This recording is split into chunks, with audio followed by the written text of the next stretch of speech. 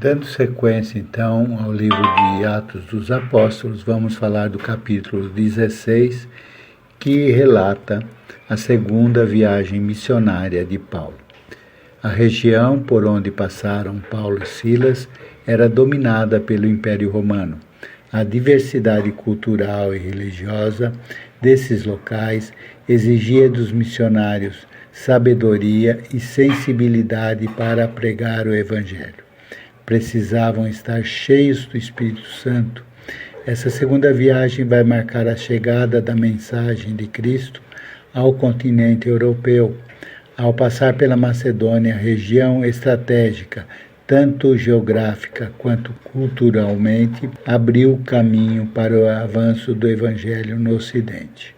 Essa viagem ocorreu entre os anos 49 e 52 d.C. Paulo e Silas chegaram às cidades de Derbe e Listra.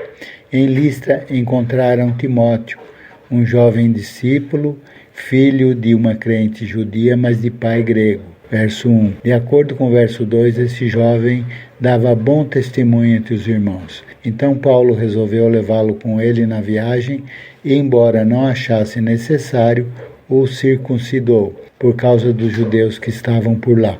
Verso 3. À primeira vista, pode parecer que Paulo praticou um ato contrário ao que pregava e ao que havia sido decidido na Assembleia de Jerusalém. Porém, a sua decisão de circuncidar Timóteo não foi por exigência à salvação do jovem, mas para evitar obstáculos à pregação entre os judeus da região. Isso mostra sabedoria de Paulo, equilibrando-se entre a liberdade cristã e a sensibilidade cultural. Os versos 4 e 5 relatam que, ao passarem pelas cidades, os missionários iam informando as igrejas sobre as decisões da Assembleia de Jerusalém e que estas iam crescendo em número e confirmadas na fé. O verso 6 relata que o Espírito Santo os impediu de anunciar a palavra na Ásia. O verso 7 diz que quando chegaram a Mísia, intentavam ir para a Bitínia, mas o Espírito Santo não os permitiu. E quando desceram a Troade, verso 8, Paulo teve de noite uma visão na qual um homem da Macedônia rogou-lhe que fosse para a Macedônia e os ajudasse. Verso 9. E eles obedeceram indo para lá, verso 10. O texto chama a atenção ao mostrar que, apesar do desejo sincero dos missionários, o Espírito Santo os impediu de pregar na Ásia e na Bitínia. Não se sabe exatamente como ocorreu essa proibição, mas o importante é perceber que nem sempre a nossa vontade, ainda que sincera, é a vontade de Deus. Os versos 11 a 15 relatam a partida para a Macedônia e na cidade de Filipos relata a conversão de uma mulher chamada Lídia, vendedora de púrpura, da cidade de Tiatira, verso 14. O verso 15 diz que ela e sua família foram batizados e convidaram os missionários a ficarem em sua casa. Os versos 16 a 24 vão relatar que Paulo promove a libertação de uma serva com espírito de adivinhação e acabam presos. Isso porque os donos dessa serva obtinham lucro com ela e, sendo ela liberta desse espírito, deixariam de tê-lo.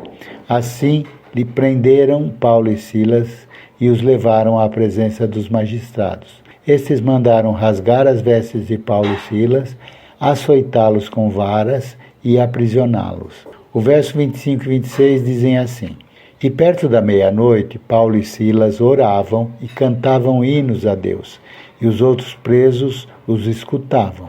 E de repente sobreveio um tão grande terremoto que os alicerces do cárcere se moveram, e logo se abriram todas as portas e foram soltas as prisões de todos.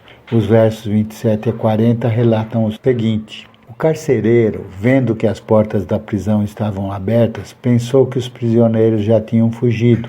Tirou a sua espada e quis se matar, tendo sido impedido aos gritos por Paulo para que não fizesse isso. Versos 27 e 28. O verso 30 mostra o carcereiro perguntando a Paulo e Silas: Senhores, o que é necessário que eu faça para ser salvo?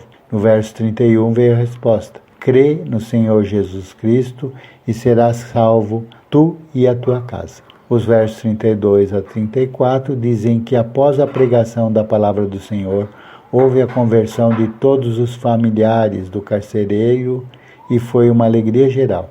No outro dia, os magistrados mandaram que soltassem a Paulo e Silas, versos 35 e 36, mas Paulo retrucou, dizendo aos quadrilheiros que mesmo não tendo sido condenados e sendo cidadãos romanos, tinham sido açoitados publicamente e presos, que os próprios magistrados viessem então soltá-los, verso 37. Ou seja, as coisas não eram bem assim. Os versos 38 e 39 dizem que os magistrados, ao saberem que eram romanos, ficaram temerosos, foram até lá e lhes dirigiram súplicas e lhes pediram que saíssem da cidade. Fechando esse capítulo 16, o verso 40 diz assim: E saindo da prisão, entraram na casa de Lídia e, vendo os irmãos, os confortaram e depois partiram. Fechamos então esse capítulo 16. Amém?